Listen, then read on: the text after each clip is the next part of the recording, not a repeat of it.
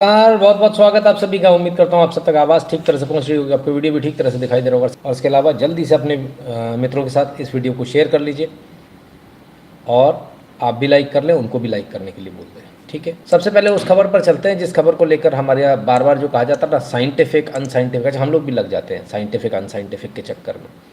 हमारे यहाँ व्रत उपवास क्यों रखा जाता है, हर थोड़े थोड़े समय पर क्यों रखा जाता है। हमने पहले भी बताया आपको, टी सेल्स जो है, जो आपकी बॉडी में किसी भी इंक्लूडिंग कैंसर, किसी से भी जो लड़ने की ताकत जिनमें होती है, उसको लेकर जब वो बढ़ जाते हैं, तो इसलिए जो फास्टिंग है, जो एक जो नियम हमारे यहाँ बनाया गया, वो इस कारण से बनाया गया।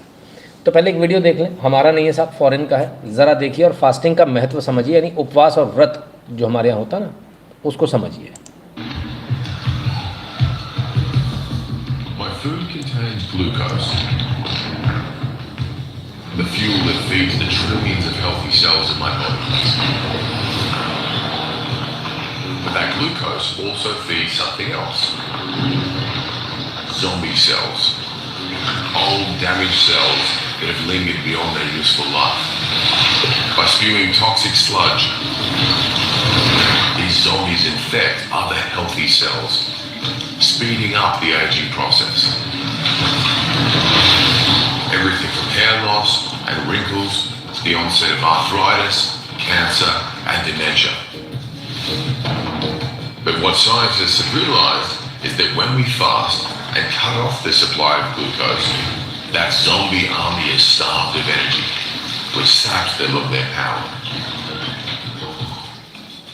When food is plentiful, our body stores excess energy in the form of fat, under the skin and around the internal organs.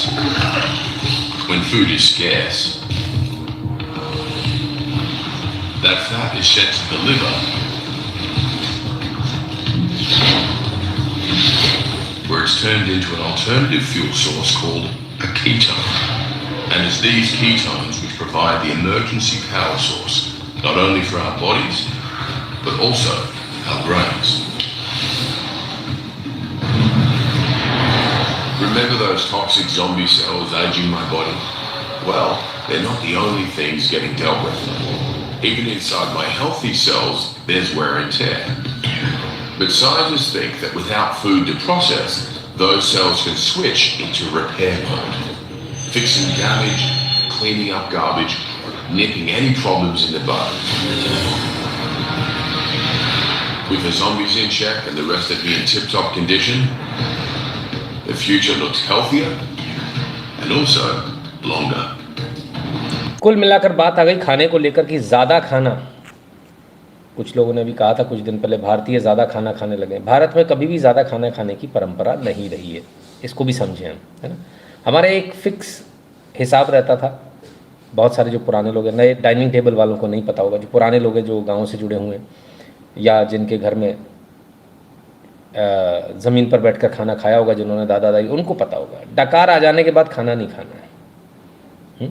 ये एक क्राइटेरिया था कि डकार आ गई तो खाना नहीं खाना है। और डकार को अगर आप कहें तो आपके पेट में जो गैसेस होती थी, जब आप खाना जाता था तो ऑटोमेटिकली वो बाहर निकलेंगी।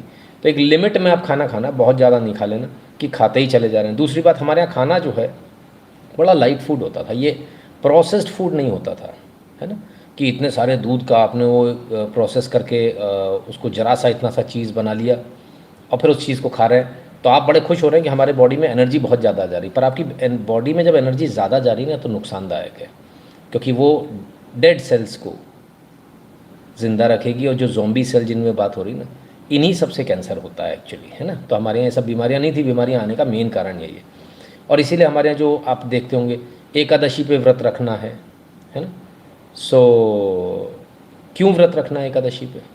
इसीलिए रखना है क्योंकि वो एक सर्कल आ जाता है, एक महीने में कम से कम एक बार तो आप फास्ट कर ही लेंगे। फिर कभी कोई पूर्णिमा पे करना, कभी कोई, इतने सारे त्यौहार हैं कि फास्टिंग हमको करना ही है।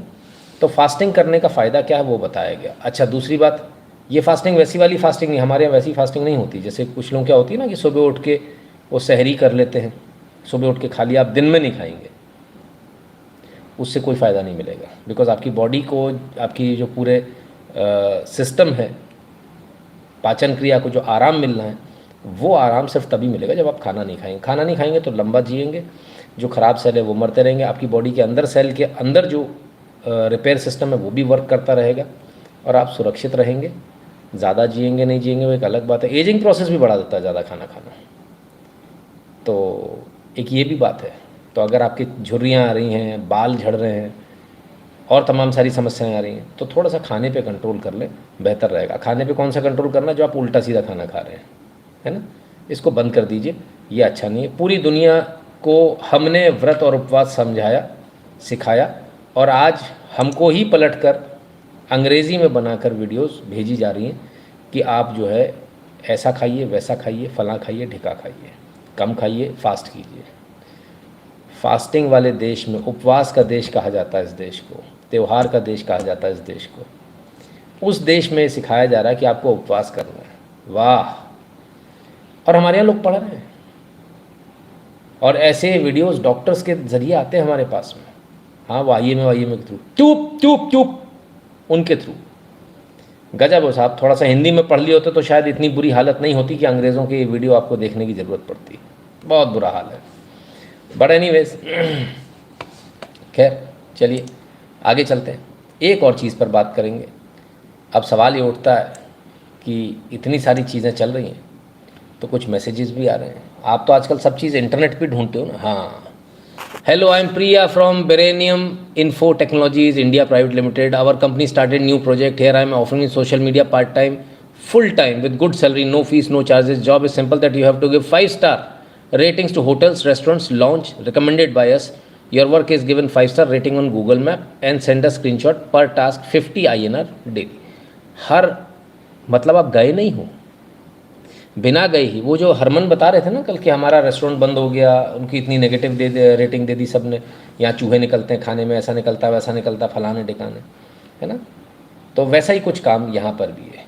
फर्जी अच्छी रेटिंग दे दो, 5-स्टार रेटिंग दे दो, फर्जी रेटिंग दे दो, और फर्जी रेटिंग जब आप दोगे तो आपको 50 रुपये पर रेटिंग का मिलेगा, और 35 से 50 टास्क पर दिन के मिलेंगे, तो आप 1500 से 2000 2,500 रुपये कमा सकते हो। हमारे यहाँ जितने भी लड़के हैं उन सबको ये काम अच्छा लग रहा हो। कितने लोगों को ये काम अच्छा लग रहा है, ईमानदारी से बताइए। मेरे ख्याल से सबको अच्छा लग रहा होगा, है ना। जिनको अच्छा लग रहा हो जल्दी से यस बता दें। भाई बैठे बैठे आपको रेटिंग ही तो देनी है, अच्छी दे देंगे, बहुत बढ़िया, ऐसा वैसा फलान ढिकान। तो इसमें तो किसी को दिक्कत नहीं। हाँ ना तो लिख दिया करो कम से कम, इतनी कितनी कंजूसी है, मुझे समझ में तो आए। ऐसे बहुत सारे मैसेज आप सबके पास आते रहते होंगे। मैंने किया है सर, अच्छा, वेरी गुड। तो अब सवाल ये उठता है, यदि आप ऐसा करते हैं, क्यों हम कहते हैं समाज से ही सारी चीज़ें चलती हैं। आज समाज की बहुत सारी हम बात करेंगे, उसका रीज़न, क्योंकि जो दीमक लग रही है वो समाज में लग रही है। अब फ़र्ज़ कीजिए कि आपने 50 रुपये के लिए कर दिया, मैंने भी 50 रुपये के लिए कर दिया। मेरे पास डॉक्टर्स का आया, हॉस्पिटल्स का आया, नर्सिंग होम का आया, मैंने उठा के सबके पकड़ लिया और मैंने एक लाइन से दे दिया। मैं एडमिट था, बड़ा अच्छी सेवा करी, और बड़ा डॉक्टर बहुत शानदार है, बहुत बढ़िया इलाज किया। पता चला जिसके लिए मैंने रेटिंग दी थी उसको कुछ आता ही नहीं है, और आप उस रेटिंग को पढ़ के चले गए। मैंने एनोनमस नाम से डाला, अपने नाम से नहीं डाला, किसी भी दूसरे नाम से। आपने देखा रे रेटिंग तो बहुत अच्छी है इसमें, सबने इस डॉक्टर की तारीफ़ करी। आप गए और आप अपनी माताजी को, पिताजी को, अपने बच्चे को, अपने बेटे को, अपनी बेटी को लेकर गए, और खुदा ना खास्ता वो डॉक्टर सही से इलाज ना कर पाया और आपके बेटे की मृत्यु हो जाती है, बच्ची की आपकी मृत्यु हो जाती है, आपके माता पिता की मृत्यु हो जाती है, आपकी पत्नी की मृत्यु हो जाती है, तब आप क्या करेंगे? या आपके पति की मृत्यु हो जाती है, तब आपको याद आएगा कि आपने ऐसे कुकर्म किए हैं। जब आप होटल की रेटिंग दे रहे थे, रेस्टोरेंट की रेटिंग दे रहे थे, किसी दुकान की रेटिंग दे रहे थे फर्जी, उस समय मैं डॉक्टर्स की रेटिंग दे रहा था, उस समय मैं दवाइयों की रेटिंग दे रहा था, उस समय मैं हॉस्पिटल्स की रेटिंग दे रहा था। तो जहाँ से आप चलते हो ना सर, वहाँ से मौत का रास्ता भी खुलता है, इसको याद रखिएगा। तो जो लोग भी ऐसे अनएथिकल काम में हैं, मेरा उनसे हाथ जोड़कर निवेदन है, कृपया करके कभी सस्ते पैसे पर मत गिरिए। और हमारे जो यूथ है ना, इसको सिखाया ही नहीं गया, स्कूल्स में सिखाया नहीं, एक ही चीज़ सिखाई गई, पैसा कमाना है, पैसा कमाना है, किसी भी तरह से कमाना है। तो लिटरली जो नतीजा है वो ये नतीजा है कि यूथ कहीं भी रेटिंग देता है, और बहुत भरपूर मात्रा में। न पढ़े ना लिखे, कोई आवश्यकता नहीं, बैठे बैठे मोबाइल में फटफट फटफट कर देंगे। और जब आप इस तरह से करेंगे तो ध्यान रखिए, है ना, ध्यान रखिएगा कि फिर आप जो खाने के रेस्टोरेंट की रेटिंग दे रहे हो उसमें हो सकता है फूड पॉइजनिंग भी हो जाए, और फिर किसी आप जैसे ने उसकी रेटिंग दी होगी, फूड पॉइजनिंग होगी, मेरे जैसे ने रेटिंग दे रखी होगी डॉक्टर की, वहाँ चले जाओगे और निपट जाओगे। फिर कहोगे साहब भगवान को मंजूर नहीं, भगवान को तो सब अच्छा मंजूर था भाई साहब। आपने जो कीचड़ अपने आसपास फैलाया है इस समाज में, उसमें आप ही को डूब कर जाना है। तो दोबारा सोचिएगा ऐसे काम करने से पहले। और मेरा निवेदन इन तमाम सारी ये जो जितनी भी कंपनियां हैं, मेरा निवेदन इनसे है, आप ऐसा मत कीजिए। जिसको जो करना हो करने दीजिए, पर आप ये सब मत कीजिए। बिकॉज अल्टीमेटली आप भी यही देख कर जाएंगे, कहीं ना कहीं आपके एम्प्लॉयज़ भी यही देख कर जाएंगे। बंद कर दीजिए ऐसी कंपनी, भीख मांग लीजिए, गलत काम मत कीजिए। और सरकार से मैं कहूँगा कि इस पर दंडनीय अपराध है, इसको बनाया जाना चाहिए। एक भी यदि रेटिंग गलत निकलती है, घर घर जाकर चेक करना चाहिए, आप इस डॉक्टर के पास गए कि नहीं गए, आप होकर आए कि नहीं आए, आपने इलाज कराया कि नहीं कराया, पर्चे दिखाइए। और यदि गलत है तो निपटा देना चाहिए। बहुत आवश्यक है इस प्रकार की स्ट्रिक्टनेस। रेस्टोरेंट में आप गए थे, खाना खाया था, क्या ऑर्डर किया था, लाइए बिल लाइए। सरकार किसी से भी किसी समय, और ये पुलिस को पूछना चाहिए, आपने रेटिंग दी, ये सारा पुलिस के हाथ देना चाहिए साइबर क्राइम में। भाई साहब अभी आपने रेटिंग दी है, कल आप रेस्टोरेंट में गए थे, अच्छा ज़रा बिल बता दीजिए भाई साहब, व्हाट्सएप करना जरा बिल, 1 मिनट बिल चेक कर ले आपका। आदमी की बिल्कुल प्राण निकल जाएंगे, पुलिस का फ़ोन आती है, नहीं भाई साहब मैं नहीं गया, मेरे को तो 50 रुपये मिले थे। 50 रुपये वाले को भी अंदर डालो, कम से कम 2-3 महीने की जेल इसको भेजो, और कम से कम 2-3 साल की जेल जो ये काम कर रहे हैं उनको भेजो, तब ये लोग सुधरेंगे।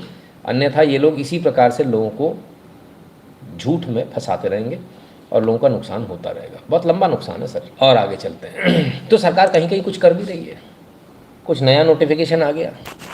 क्या आ गया? मिनिस्ट्री ऑफ होम अफेयर्स, बहुत सारा कुछ लिखा हुआ है। क्या हुआ? सेपरेटिस्ट लीडर हैं शबीर अहमद शाह, याद होगा आपको, हाँ, उनकी पार्टी है डेमोक्रेटिक फ्रीडम पार्टी।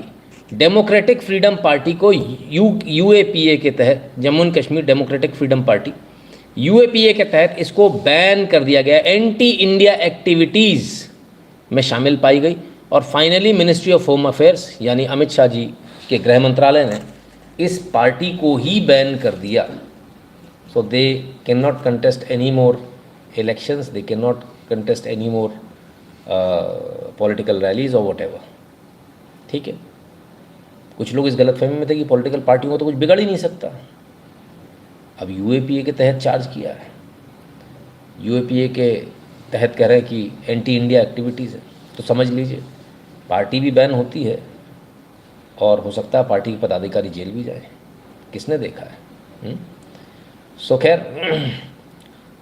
तो यूएपीए के कानून का तहत जो धाराएं जो उसके अंदर है, उसमें जो पावर दी हुई है, उस पावर के तहत इनकी इस पार्टी को जो है बैन कर दिया गया है। क्लियर है? तो काम अच्छे भी हो रहे हैं, ऐसा नहीं हो रहे, बड़ा काम है। छोटी सी न्यूज़ देख के समझ में नहीं आ रहा वो इसकी ग्रेविटी, मैं समझाऊं ग्रेविटी। ये वो रास्ता खुल गया है कि कल ऐसी किसी भी पार्टी को बैन करना तो गृह मंत्रालय अपनी एक कलम से बैन कर देगा। ठीक है, ऐसी कोई भी देशद्रोही गद्दार पार्टी मिलेगी तो उसको बैन कर देंगे। बहुत सारी बड़ी बड़ी पार्टियां भी, ये लाल लाल रंग वाली, उनका आज गला सूख गया है कि शुरुआत हो गई है। आप लोग रिपरकेशन समझिए कहाँ तक जाते हैं, है ना। तो ये तो अभी शुरुआत हुई है। ऐसी बहुत सारी पार्टियां हैं जो इस प्रकार से पकड़ी जाएंगी, अवैध धंधों में पकड़ी जाएंगी, और वो उनको बैन किया जाएगा। न सिर्फ बैन किया जाएगा, इनके पदाधिकारियों को भी जेल भेजना चाहिए, मैं तो ये कहूँगा। तो बड़ा डिसीजन है जम्मू कश्मीर के हिसाब से अगर देखा जाए तो, बहुत बड़ा डिसीजन। एक और चीज़ थी, कोई रात को आता है, कुछ कुछ बातें करता, बता के चला जाता है, वो लफड़ा सारा कर देता है, और लफड़ा इतने लफड़े करके जाता है, आगे कुछ भी बोल के जाता है, वो बाद में सच हो जाता है। मेरा जो दिमाग ख़राब करके रखा हुआ इसने। तो क्या कहा था रात को आने वाले ने कहा था कि राम मंदिर तो बन रहा, लेकिन राम मंदिर की जो खुदाई हो रही है उस खुदाई में से बहुत सारी चीज़ें निकलेंगी, और वो जो चीज़ें निकलेंगी उसका भी सबसे पहले कहा था म्यूज़ियम बनाया जाना चाहिए। फिर हमने कहा था म्यूज़ियम बनाया जाएगा, तो वहाँ जितने भी लोग आएंगे वो देखेंगे कि राम मंदिर ऐसे ही नहीं बन गया, ये सब कुछ इसके नीचे से निकला। तो मंदिर एक्चुअली था, चाहे हिंदू हो, चाहे मुसलमान हो, चाहे ईसाई हो, चाहे कोई भी हो, चाहे हिंदुओं से नफरत करने वाला हो, पर उसको भी दिखेगा। साक्ष्य सामने होंगे, आपकी आंखों के सामने, जी भर के देखना कि मंदिर सही बना या गलत बना। यानी पहले देख लें। याद है किसी को कि भूल गए? राम जन्मभूमि अयोध्या से प्राप्त पुरावशेष। जो अच्छा लोग जी, कहा करते थे कि अयोध्या में चलो भाई देखें। हा, क्या बात है, पूरा म्यूजियम बनेगा भाई, फुल फ्लेजेड। ठीक है जी, ये मूर्तियां भी दिखाई जाएंगी, सब कुछ दिखाया जाएगा। तो अब आप तैयारी कर लीजिए। जिन लोगों ने कहा यहाँ राम मंदिर नहीं था, कुछ लोग कह रहे थे मस्जिद थी, किस मुंह से अब मुंह दिखाओगे? और सोचो कितने झूठे आप लोग साबित हो गए, कितने झूठे साबित हो गए आप लोग, जिसकी कोई लिमिट नहीं है। राम जन्मभूमि अयोध्या में सब कुछ मिलेगा, पॉटरीज, ग्लास, वेसल्स, सब कुछ। कितने फ्रॉड और झूठे साबित हो गए। मैं कहता हूं हिंदुओं से पहले इस देश के मुसलमानों को वहाँ फ्री में ले जाकर दर्शन कराने चाहिए, ताकि वो देखें, उन्हें पता चले कि उनके साथ कितना बड़ा धोखा, कितना झूठ बोला गया, उनके नेताओं ने, उनके मौलानाओं ने कितना झूठ बोला। और जो सच्चा होगा ना, उसका सर शर्म से झुक जाएगा कि ये हमारे लोगों ने क्या किया। और जो बेशर्म होगा सर, उसको तो भी फ़र्क नहीं पड़ेगा, वो तो वैसे ही नहीं जाएगा। तो मेरा तो ये कहना है कि सबको घुमाना चाहिए भाई। पहले जो 20 करोड़ है ना, इनको पहले लाइन लगा के घुमा दो, और इस म्यूज़ियम में पहले मंदिर, बाद में पहले म्यूज़ियम। पहले देख लो, तसल्ली कर लो, अपने कलेजे को ठंडक पहुंचा लो कि आपने क्या किया था। इतना झूठ, इतना फरेब कोई कौम कैसे कर सकती है कि आपकी जगह पे, आपकी ही मंदिर को तोड़े, उसके ऊपर अवैध रूप से मस्जिद बना ले, और मस्जिद बनाने के बाद झूठ बोले कि हमने कभी मंदिर तोड़ा ही नहीं था। इतने फ्रॉड तो मैंने आज तक कोई नहीं देखा। और संभवतः शायद क्योंकि इनके यहाँ से लोगों को फुर्सत नहीं होती, कोई मैकेनिक होता है, कोई कुछ होता है, कोई कुछ होता है, वो दिन भर बिजी रहता है। तो वो जिस दिन जाता है ना, जुमे वाले दिन, उस दिन मौलाना साहब जो तकरीर देते हैं, उसके लिए वर्ड ऑफ गॉस्पल है कि वही सब कुछ सही है। तो अब तो सच सामने आएगा। बहुत अच्छा काम कर रहे हैं, बहुत बढ़िया। ये सरकार बहुत बेहतरीन काम कर रही है, ऐसे ही करना चाहिए। जो सच है वो सबके सामने आना चाहिए। 3% का सर झुकेगा। कुलदीप जी, मोदी पसंद है उनको, सर झुकेगा कि नहीं इसकी कोई गारंटी नहीं है। हाँ, है ना? तो 0.3 या 0.003 हो तो भी कोई बड़ी बात नहीं है। ठीक है ना? तो ये जो है ना, इसको जरा आपको समझना पड़ेगा। चलिए, तो इतना काम कर रहे हैं मोदी जी। कोई पसंद भी करता है कि नहीं करता है, पहले देखिए, फिर आगे देखेंगे। अम्मा, हाँ। क्या नाम है आपका? सुधा बनर्जी। अरे सुधा बनर्जी। अम्मा, उम्र क्या हो गया होगा आपका? 66 कितना? 66 66 66 साल। हाँ, 66। मेरे को ज्यादा लग रहा है, मेरे को लग रहा है 70-80 पार कर रही वो है। तो हमारे लड़की को भी वैसी लग रहा है, हमारे से बुरी लग रहा है। ऐसा है क्या? हाँ। तो आप सुनी मोदी को? नहीं, हमको लेट हो गया ना आते आते। कहाँ, घर कहाँ है आपका? हम बैलाडेला से हैं। आप बैलाडीला से आई हो? मोदी को सुनने आई थी क्या? हैं? क्या से आई हो? आए, बास को फ्री बस दिया, लेकिन उसमें लाया नहीं है मेरे को। तो काहे से आई? वो जो बस में आया, पैसा दे के आया। सुना भाई, अम्मा के लिए कुछ सुना। हाँ। पैसा दे के आया जो बस में। आप पैसा दे के आई हो? अपने जेब से? हाँ। तो बैठो मत पहले, बैठो बैठो बैठो बैठो बैठो, फिर मैं आपसे बात करूँ, बैठो। अच्छा, तो आप अपने जेब से पैसा दे के आए? हाँ, हाँ। मेरे को पूजा पाठ करते करते देर हो जाती है ना। तो मोदी कैसा सुनती हो? मोदी को? मोदी को हम अच्छा सुनता है। हाँ, कैसा लगता है? बहुत अच्छा लगता है। क्या अच्छा लगता है? मोदी नहीं होने से हम लोग मर भी जाता था। क्यों मर रहा है? सब हमारा सब खत्म हो गया, अभी हम बचा है अकेला। बस्तर में कब से हो अम्मा? 64 में आया। 64 में आए? अच्छा, मतलब शादी होके आई थी क्या? हाँ, मैरिज करके लेके आया। अच्छा, शादी करके आपको यहाँ लाया। तब से आप किरंदुल बचेली तरफ हो? बैलाडीला। हमारा ससुर भी बैलाडीला में था, बेचेली में। अच्छा, वो लोग चले गए मालकानगिरी में। क्या लग रहा है अम्मा, इस बार कौन जीतेगा छत्तीसगढ़ में? मोदी जीतेगा। मोदी जीतेगा? हाँ तो। अच्छा, हाँ तो आप कितना पैसा खर्चा किया अभी? अभी जाने के लिए कम से कम 500-600 रुपया लगेगा। नहीं बैलाडीला तो जाना है कहाँ? हाँ तब 220 रुपया करके देता है क्या किरण बचेली का बैलाडीला। तो 200 जाना 200 आना 500 रुपये और खर्च। फिर ऑटो फिर ऑटो लगेगी। खाना वाना खाई तू? नहीं नाश्ता लेके आता है। घर से लेके आई हैं? क्या मतलब प्रेम है आपका, आपका प्रेम को समर्पण है, प्रणाम है आपको प्रेम को। मतलब सोचो कि अम्मा बता दी 66 लेकिन मेरे को लग रही 70-75 के पार है। ये मोदी को सुनने के लिए यहाँ से बैलाडीला से आई हैं, अपने जेब से पैसा खर्चा करके घर से टिफिन लेकर सुन पाई? नहीं लेट हो गया ना, लेट। चले गया। हाँ ऑटो भी नहीं चल रहा है, जल्दी आएगा। हाँ, आज बस्तर बंद है ना अम्मा। ये सर्व आदिवासी समाज 66 साल। हाँ 66। मेरे को ज्यादा लग रहा है, मेरे को लग रहा है 70 पार कर गई। ओके 66 कितना? अरे सुधा बनर्जी अम्मा सुधा बनर्जी अरे सुधा बनर्जी अम्मा उम्र क्या हो गया होगा आपका? 66 कितना? 60 60 66 66 मेरे को ज्यादा लग रहा है, मेरे को लग रहा है 70 पार कर गई। वो तो लड़की को भी वैसी लग रहा है। ऐसा है क्या? हाँ। तो आप सुनी मोदी को?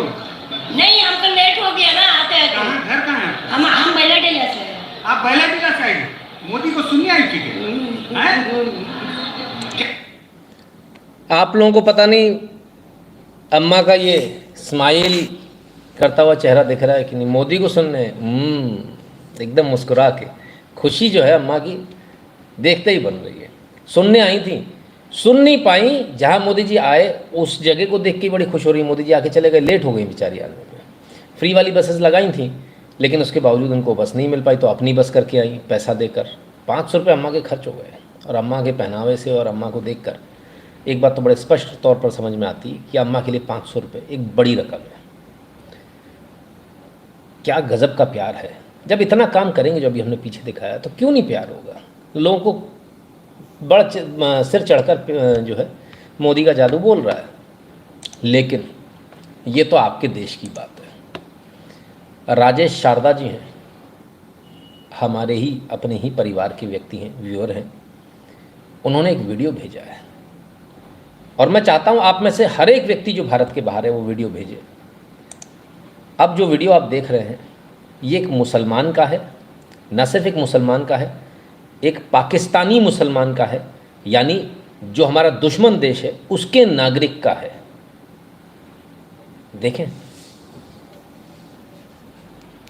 मैं ये बोल रहा था सर कि जैसे आपने पूछा कि इंडिया के बारे में क्या ख्याल है, तो मैं आपको ये बोल रहा था कि दुआ करो अल्लाह जी से कि मोदी जी का साया जो है ना आप लोगों पे कायम रहे।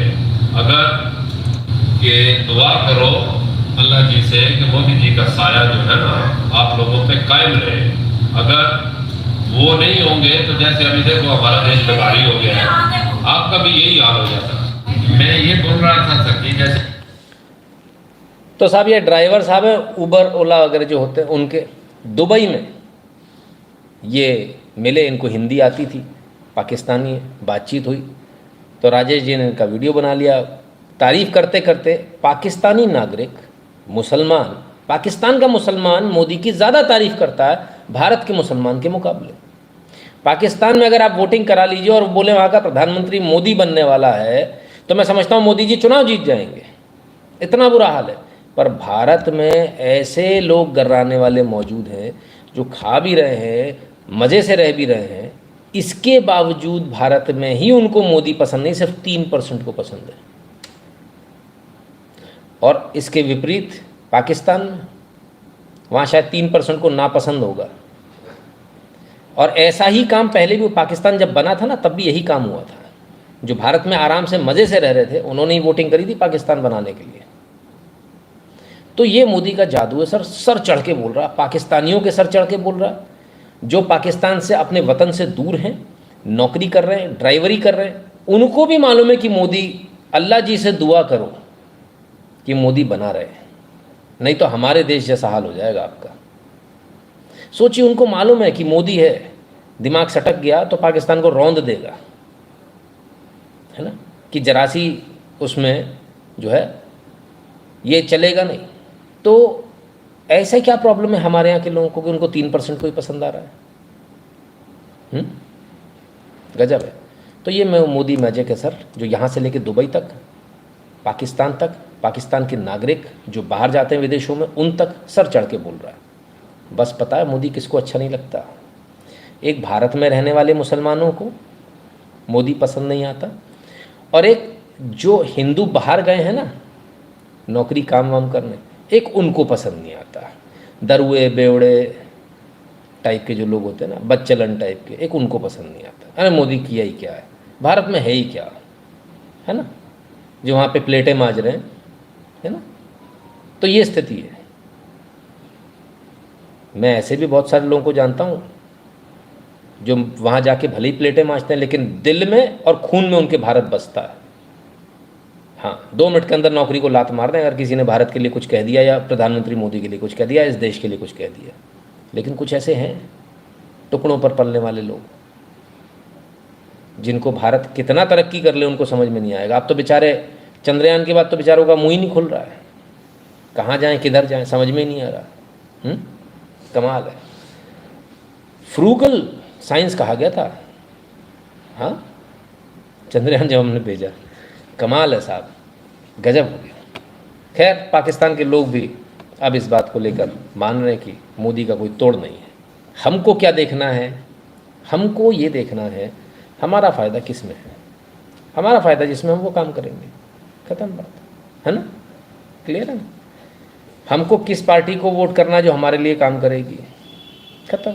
जो हिंदू हित की बात करेगा वही देश पे राज करेगा, ख़त्म।